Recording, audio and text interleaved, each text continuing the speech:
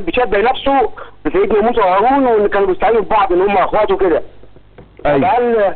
كان في سيدنا هارون بيكتب على الناس ويتكلموا على انه سيدنا موسى يقول له انا موسى. استاذ معتز، ويعمل مداخله استاذ معتز بعد اذنك تجاوزات. ليه؟ بعد اذنك النائب عمره ما كان كذاب.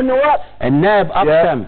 استاذ معتز يا استاذ بعد اذنك، هو النائب بعد اذنك بشر ولا مش بشر بس ما بيكذبش. انت نائب، ما بيكذبش. لا مؤاخذه يا استاذ اسامه، بعد اذن حضرتك انا بوجه سؤالي للاستاذ معتز الدمرداش. يا استاذ اسامه عشان نسمع بعض، لحظه واحده.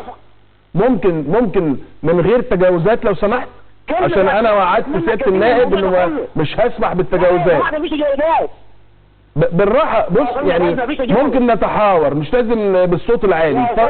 مفيش اي تجاوز. كلامي مع حضرته بقول له النهارده هو بيشبه نفسه بالانبياء، فهل حضرتك في نبي كذب او اخو النبي كذب وقال انا موسى مكان هارون؟ هل ده مقبول؟ تمام. شكرا استاذ اسامه من السعوديه. شكرا يا سيدي. شكرا. مصطفى من السويس.